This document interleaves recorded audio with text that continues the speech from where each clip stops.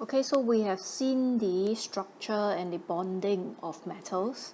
Now we will look at the properties. Okay, so remember all the metals in your periodic table, they will exist as giant metallic structure. Giant metallic structure, and then they have strong electrostatic force of attraction. This is between C of delocalized electrons and the metal cations. So this is the picture that the giant metallic structure will look like. Each atom or each cation you see is the metal that actually lost the electrons, and after they lose these electrons, the electrons are not lost to the anions, they are actually just delocalized of moving around the cation atoms. Okay, so they are moving around creating a sea of delocalized electrons. Okay, so all metals will have this structure and it will correlate to the properties of number one, malleable and ductile. So malleable means that they can be beaten into sheets without breaking. You can hit it and it doesn't break. And then ductile means you can pull it into wires. Okay, so pure metal contains metal cations of the same size. Look at this picture again. They are all of the same size. They are arranged regularly and orderly because they are all solid, right? And then they have a sea of delocalized electrons which allow the cations to slide over each other easily.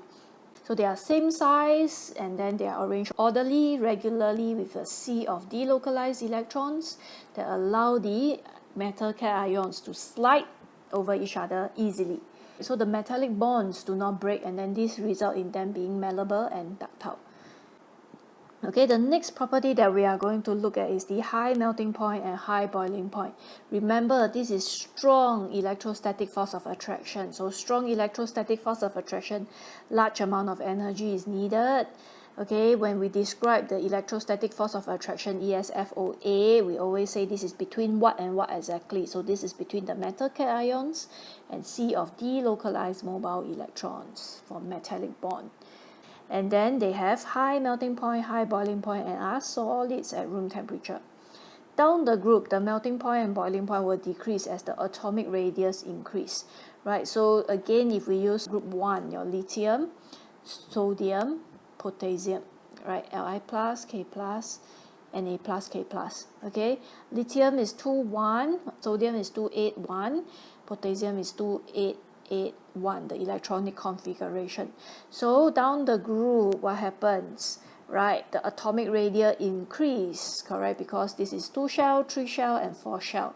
Okay, so atomic radius increase, this leads to weaker electrostatic force of attraction.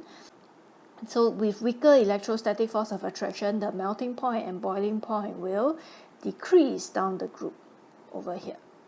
And then for IP students, please know, across the period, commonly they will test you, across the period 2, all the elements have 2 shells.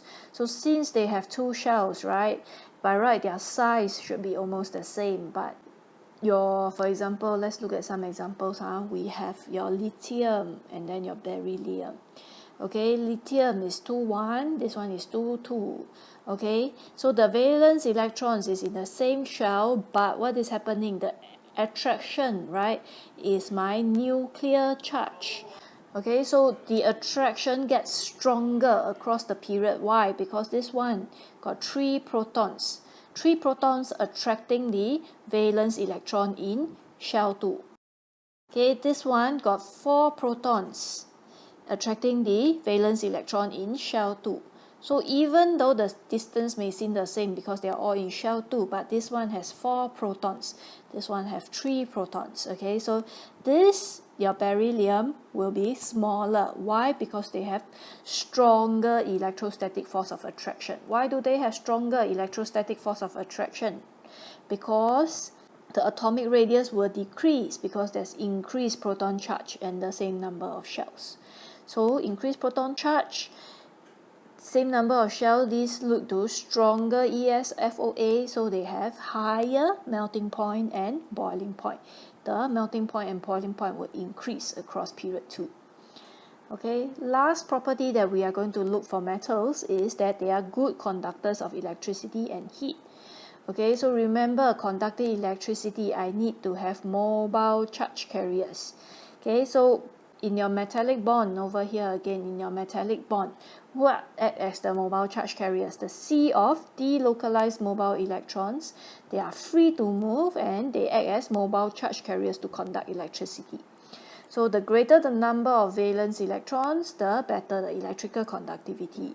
So in another words, by right, my Na plus and my Mg2 plus, your metal, magnesium, will conduct electricity better than sodium.